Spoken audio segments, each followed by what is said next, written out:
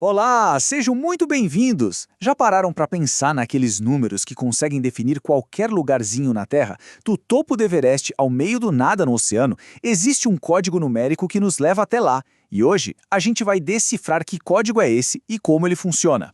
Pois é, essa é a grande questão, né? Como é que se cria um sistema de endereços que seja confiável para o planeta inteiro? Porque, poxa, achar uma cidade é uma coisa, mas e um ponto específico, sei lá, no meio do deserto do Saara? Ou em pleno Oceano Pacífico, onde não tem placa, não tem ponto de referência nenhum?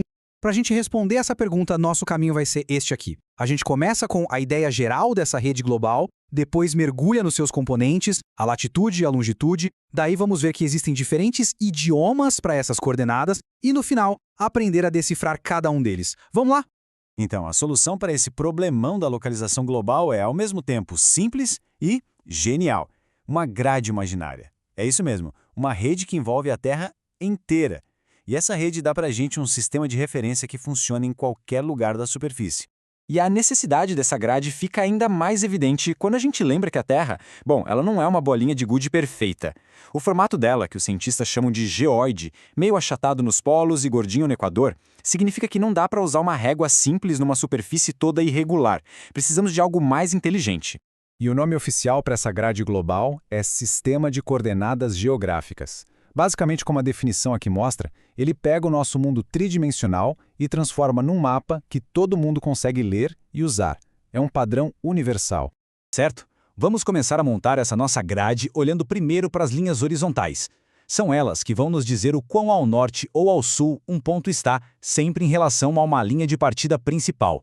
Essas linhas horizontais são os famosos paralelos. Uma boa forma de imaginar é pensar neles como bambolês de tamanhos diferentes, empilhados no globo. O maior de todos fica bem no meio, e eles vão diminuindo, diminuindo, até virarem só um pontinho em cada polo. E claro, como o nome já diz, eles são paralelos, nunca se cruzam. E o bambolê principal, o mais importante de todos, é a linha do Equador.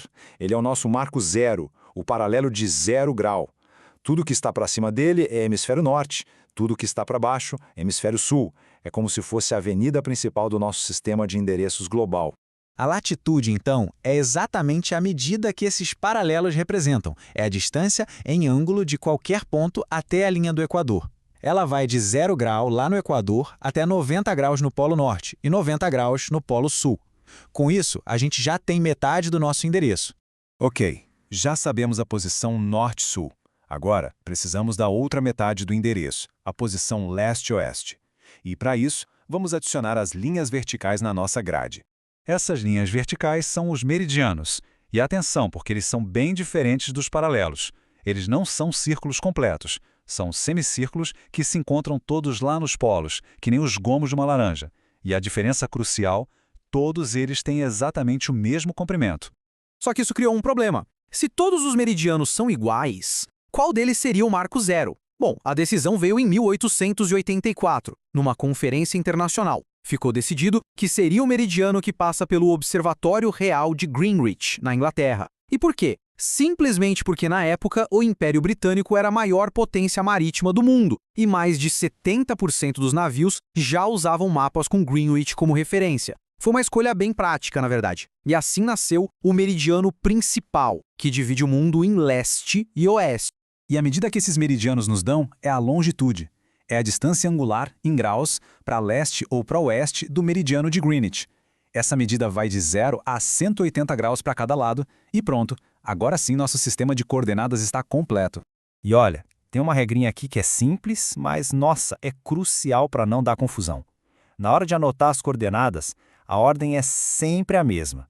Primeiro vem a latitude, tá? A posição norte-sul, e só depois vem a longitude, que é a leste-oeste. Simples assim, sem erro. Beleza, agora que a gente já entendeu a grade, vem um novo desafio.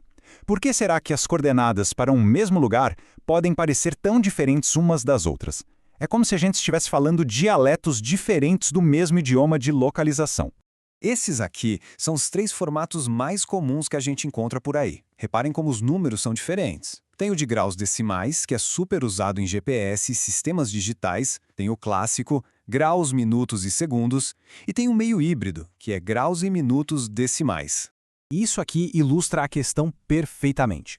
A gente está vendo as coordenadas para as famosas cavernas de Altamira na Espanha, nos 3 formatos. Os números parecem não ter nada a ver uns com os outros, mas todos eles apontam para o exato mesmo lugar. É só uma questão de como a gente quebra os graus em partes menores.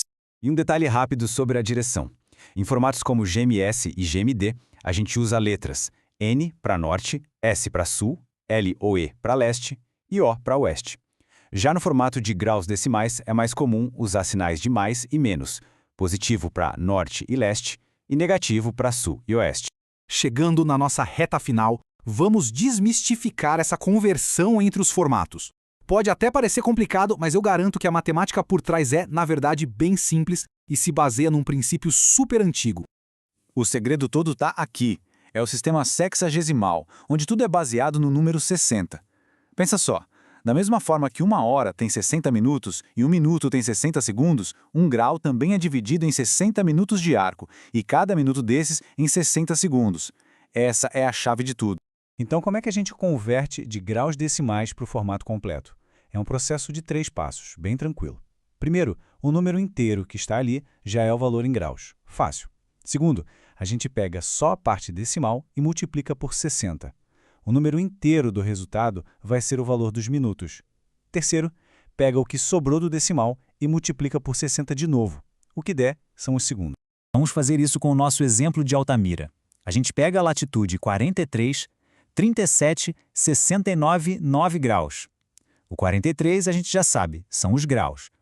Agora pegamos o 0,37699 e multiplicamos por 60. Isso dá 22,6194. Então temos 22 minutos. E o decimal que sobrou, o 0,6194, multiplicamos por 60 de novo e chegamos em 37,16 segundos. E pronto, tá aí a conversão feita. No fim das contas, é disso que se trata. O sistema de coordenadas geográficas é uma conquista incrível da engenhosidade humana. É uma linguagem universal, sabe? Uma rede invisível que permite que a gente mapeie, navegue e entenda o nosso planeta de um jeito que antigamente era simplesmente impossível. E com isso, fica uma pergunta no ar. Agora que o código foi revelado, com essa capacidade de ler o mapa do mundo na sua forma mais pura, qual seria o primeiro ponto no globo que a curiosidade levaria alguém a encontrar? A aventura está a apenas um par de coordenadas de distância.